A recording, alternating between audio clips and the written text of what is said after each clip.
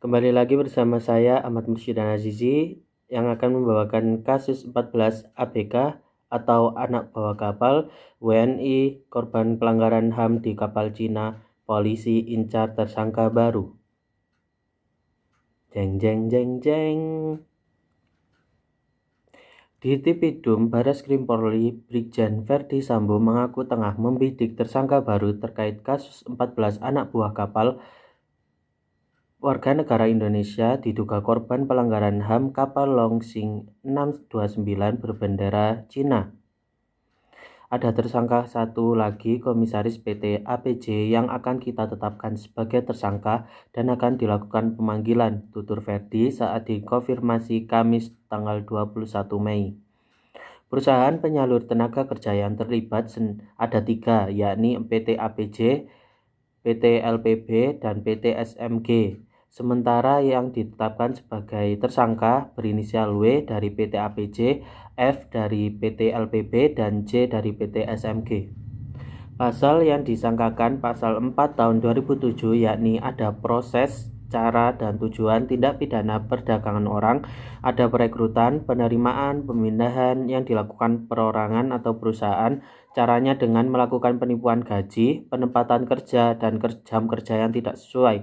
Dan kemudian dalam posisi kemampuan ekonomi korban yang sulit, tujuannya memanfaatkan tenaganya. Jelas Sambo. 3 agennya memberangkatkan 14 WNI untuk menjadikan ABK di kapal Longsing 629 ditetapkan tersangka oleh Ditipidum Barreskrim Polri. Keputusan itu diambil usai penyidik merampungkan gelar perkara. Kabareskrim Polri Komjen Listio Singgit Probowo mengatakan 3 agen tersebut yakni berinisial W dari PT APJ di Bekasi, F dari PT LPB di Tegal, dan J dari PT SMG di Pemalang.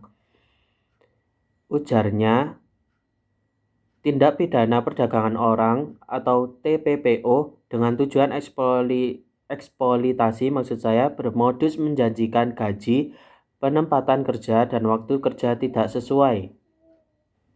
Sebelumnya, kasus dugaan pelanggaran hak asasi manusia ke sejumlah ABK berkewarganegaraan Indonesia di kapal Cina viral di Korea Selatan. Kasus tersebut turut mendapat perhatian Polri. Ujar Dirtipidum Barreskrim Polri Brigjen Pol Ferdi Sambo kepada liputan6.com Jakarta Senin tanggal 11 Mei 2020, yakni saat ini sebanyak 14 anak buah kapal telah diambil keterangannya melalui pemeriksaan virtual. Dia menambahkan pertanyaan pemeriksaan terkait dengan proses mereka hingga berangkat menuju kru kapal Longsing, juga tentang perlakuan terhadap mereka selama di kapal yang diduga sebagai bagian eksploitasi.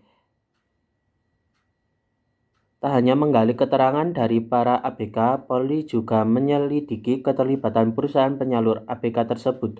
Polri mengumpulkan bukti-bukti untuk memperkuat hasil pemeriksaan itu. Ferdi mengungkapkan pihaknya menduga para ABK tersebut menjadi korban human trafficking. Jika pun nanti sudah terang pidananya, prosesnya akan naik menjadi penyidikan.